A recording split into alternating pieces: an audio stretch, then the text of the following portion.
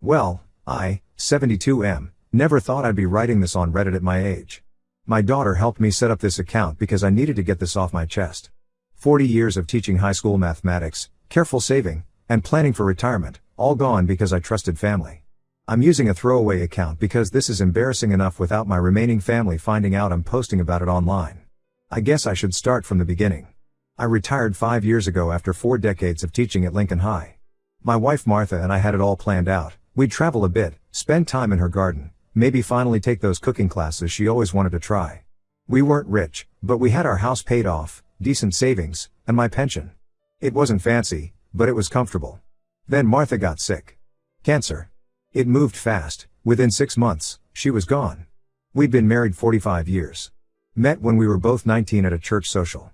She was the prettiest girl there, wearing this blue dress that matched her eyes. Never thought she'd look twice at a skinny math nerd like me, but somehow she did. Losing her 3 years ago left this huge hole in my life. Our house felt too big and empty without her. 4 bedrooms, big yard, it was perfect when our kids were growing up, and later when the grandkids would visit. But alone? Every empty room just reminded me she was gone. The garden she loved started looking shabby because I could never keep up with it like she did. That's when Jake, my oldest grandson, started coming around more often. He'd stop by after work, sometimes bringing groceries or helping with yard work. He got the lawn service to fix up Martha's garden, said it was his treat, wanting to preserve his grandmother's memory. Looking back, I should have seen he was buttering me up, but at the time, I was just grateful for the company. Jake always was the ambitious one. Got his business degree from state, landed a job at some finance company right out of college. Always talked about investments, market trends, cryptocurrency, stuff that went right over my head. My other grandkids were different. Sarah's a nurse, working crazy hours but loving every minute of it. Tommy's 24, still taking community college classes and working at the mall. But Jake seemed to have it all figured out. About a year ago, Jake started dropping comments about my finances. He'd see my retirement account statements on the kitchen table and shake his head. Said I was losing money letting it sit in low-yield accounts. Kept showing me these complicated charts on his phone about investment returns. I tried explaining that I was comfortable with my conservative investments, Martha and I had planned it that way. But he was persistent. Then he started in about the house. Property taxes in our area had gone up, that part was true. Jake said maintaining such a big house was eating into my retirement funds. He had this whole presentation worked out about how transferring the house to him would protect my assets. Said if I ever needed nursing care, having the house in his name would keep it safe for Medicare. He'd handle all the bills, maintenance, taxes, said I could just relax and enjoy retirement like I deserved. I resisted at first. Kept telling him I needed to think about it. That's when he started with the guilt trips. Said he was hurt that I didn't trust him, his own grandfather. Brought up all the times he'd helped me since Martha died. Asked if I thought he'd ever do anything to harm me. Made me feel like I was insulting him by hesitating. The papers he brought over were thick with tiny print. Jake said they were standard property transfer documents, nothing to worry about. Said he'd had his company's legal team review everything. When I mentioned maybe having my own lawyer look them over, he got offended. Said it was a waste of money since he was family. Even joked about how he'd learned from the best, said I taught him everything about doing the right thing. I know how stupid this sounds. 40 years teaching kids to think critically, and I couldn't see what was happening right in front of me. But when you're alone, when your grandson looks you in the eye and promises he's just trying to help. Well, I signed. Multiple papers, multiple places. Jake's finger pointing to each line, sign here, initial there. Said it was all routine. Everything changed within weeks. Jake said the house needed major renovations before it could be rented out, something about code violations and liability. Said I should move into an apartment temporarily while the work was done. He'd already found this small place across town, said it was just for a few months. Even helped me pack up some things, said he'd store the rest safely. That was 6 months ago. There haven't been any renovations, Jake moved in himself. Parked his new BMW in my garage. He's driving my car too, my late model Toyota that Martha and I bought new 3 years ago. Said it wasn't practical for me to keep it since the apartment has good bus access. Turns out those papers I signed didn't just transfer the house, they gave him control of most of my accounts too. Now I'm living in this tiny 1-bedroom apartment on the outskirts of town. Jake gives me $800 a month for everything, rent, utilities, food, medications. Says he's protecting me from scammers by managing my finances. When I asked about my savings account, he showed me some complicated spreadsheet about investment distributions and management fees. None of it made sense. I finally broke down and told my daughter Lisa last week. She was horrified. Turns out Jake had been telling everyone a different story, said I wanted to downsize, that I'd asked him to manage everything because it was too overwhelming. Made himself sound like this caring grandson, sacrificing his time to help his elderly grandfather. Some family members even praised him for being so generous. Lisa's trying to find a lawyer, but Jake was thorough. Those documents look legal, even if they were obtained through manipulation. I handed over everything I spent my life building because I trusted my own flesh and blood. The house Martha and I bought when we were just starting out, where we raised our kids, where she planted her garden, all gone because I was too trusting. I feel like such a fool. 40 years teaching kids about logic and reasoning, and I couldn't see through my own grandson's lies. Now I'm stuck in this cramped apartment while he lives in my house, drives my car, and controls every penny of my money. My daughter says we'll fight this, but I know it could take years. At my age, I don't know if I have years left to fight. Update 1: The last 2 weeks have been an absolute nightmare. After my daughter Lisa helped me file a police report about Jake's financial exploitation, everything went downhill fast. The police basically shrugged it off, said it was a civil matter since I'd signed the documents willingly. One officer even suggested I might want to work things out within the family instead of pressing charges against my own grandson. Jake found out about the police report the same day, probably has friends at the station. He showed up at my apartment unannounced, all hurt and offended. Started this big performance about how betrayed he felt, how he couldn't believe his own grandfather would accuse him of theft. Even brought flowers, like he was visiting some sick relative in the hospital. Then he launched into this rehearsed speech about how he was just trying to protect me from myself. Said I was getting forgetful, making poor decisions. Brought up how I'd missed a dentist appointment last month and sometimes forgot to take my blood pressure medication. Kept saying things like remember when we discussed this about conversations that never happened. Made me question my own memory for a minute. The worst part was when he pulled out his phone and started showing me photos of my old house, his house now, I guess. Had all these pictures of maintenance issues I'd supposedly neglected. A loose gutter here, some peeling paint there. Used them to justify why he had to take over, saying the place was falling apart under my care. Never mentioned that most of those issues started after Martha died, when I was too deep in grief to notice much of anything. What really got me was how he tried to turn this all around on Lisa. Said she was jealous of his success, bitter that he had a better relationship with me than her kids did. Brought up how she hadn't visited as much when Martha was sick, never mind that she was working double shifts at the hospital to pay for her own kids' college.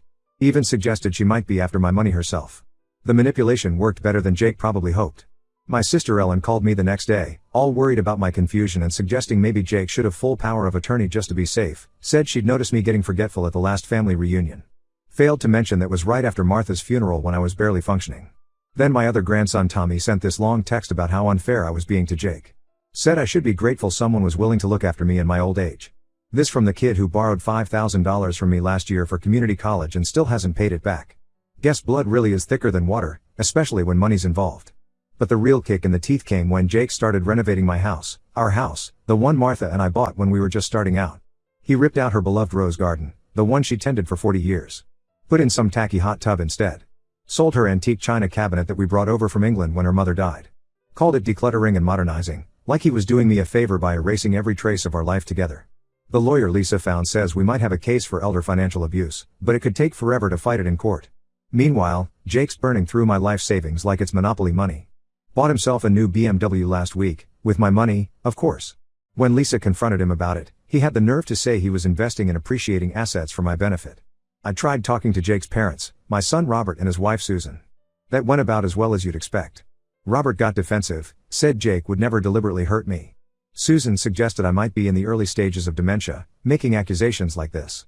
Neither of them mentioned the new car in their driveway, probably another investment courtesy of my savings account.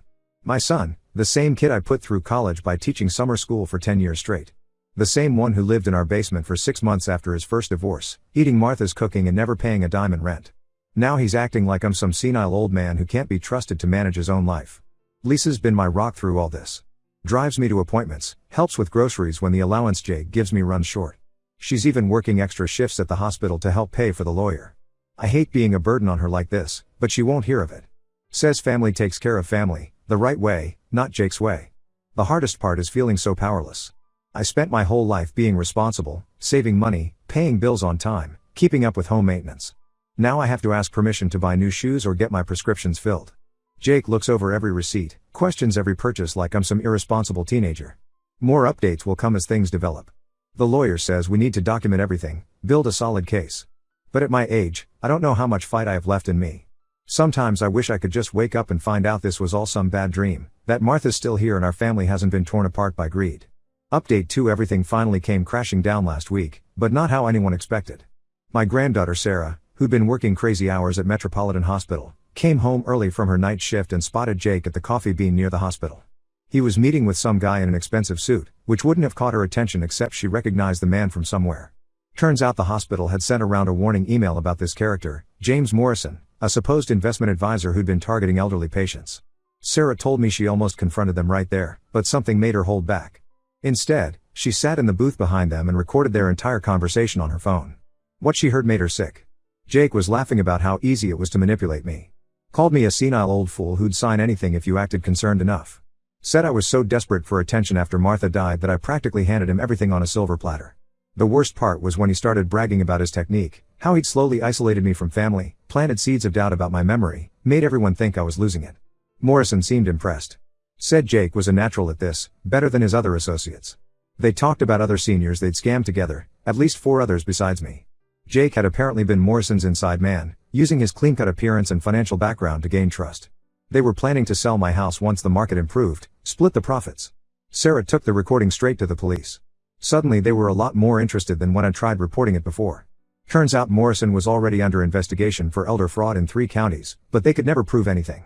Jake's name had come up in those cases too, always as the concerned grandson or nephew who'd helped the victim manage their assets. The police got a warrant to look at Jake's financial records. Found out he'd been running this scam for 2 years, even before Martha died. He'd targeted other seniors through his investment firm, but I was his biggest score yet. Over $800,000 in assets when you counted the house, savings, and investments. Lisa drove me to the police station to make a formal statement. Walking in there, seeing Jake in handcuffs, I thought it would feel good, like justice. Instead, I just felt tired. He wouldn't even look at me, just stared at the floor while they read the charges. Financial exploitation of an elder, fraud, conspiracy, the list went on. The family's in chaos. Robert and Susan are in denial, saying Jake must have been framed or pressured into it by Morrison. Ellen called crying, apologizing for not believing me. Tommy sent a text saying he felt like an idiot for defending Jake. Sarah's being hailed as a hero, but she says she just did what any decent person would do. The police found records of other victims in Jake's computer files. Detailed notes about how to gain trust, which documents to use, even scripts for manipulating family members. He had everything planned down to the smallest detail. The detective said it was one of the most sophisticated elder fraud operations she'd seen. They froze all Jake's accounts, including my old ones he'd taken control of. The legal process to get everything back in my name is starting, but it's complicated. Some of my money is just gone, spent on Jake's luxury cars, fancy vacations, and who knows what else. The house is still legally his for now, though the court put a hold on any sale. Morrison rolled over on Jake fast, took a plea deal in exchange for testifying. Said Jake was the mastermind, approached him with the scheme already planned out. Apparently, Jake had been planning this for years, even before Martha got sick. Just waited for the right moment when I was most vulnerable. The hardest part is knowing this wasn't some mistake or moment of weakness. Jake didn't fall in with a bad crowd or get pressured into anything. He deliberately targeted his own grandfather, spent years planning how to steal everything I'd worked for. Used my grief over Martha against me. That kind of calculated cruelty from your own flesh and blood, it's hard to wrap my head around. The lawyer says we have a strong case now, especially with Morrison's testimony and Sarah's recording. But nothing can fix the damage to our family. Some betrayals cut too deep to heal. Update 3: The case is finally moving through the courts. Jake's facing multiple felony charges for elder fraud and financial exploitation. His lawyer tried to pitch some story about gambling debts and desperation, but the evidence against him was too solid. Morrison's testimony about their other victims sealed the deal. The district attorney offered me a deal, testify against Jake in exchange for a lighter sentence. My son Robert showed up at my apartment, begging me not to do it. Said Jake was family, that prison would ruin his life. Called me heartless for even considering it. I had to remind him that Jake didn't think about family when he was stealing from his own grandfather. The house is still tied up in legal proceedings. Jake's facing liens from his other victims now that they've come forward. 3 other seniors lost their savings to him and Morrison. One lady in her 80s had to move in with her daughter after Jake cleaned out her accounts.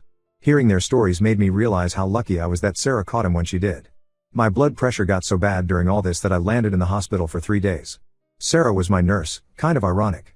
She's the one who really saved me, both times. The doctors say I need to reduce stress, but that's not easy when you're testifying against your own grandson in criminal court. The family's split down the middle now. Robert and Susan haven't spoken to me since I agreed to testify. They're telling everyone I'm destroying the family out of spite. Ellen and Lisa stand firmly behind me. Tommy's caught in the middle, but at least he stopped defending Jake.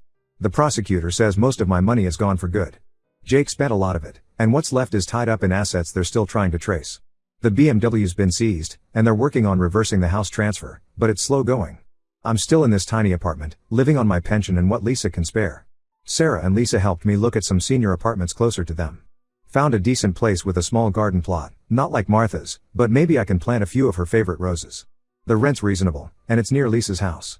She says having me closer will make it easier to help out. It's strange how life turns out. I spent 40 years teaching kids about math, about logic and consequences.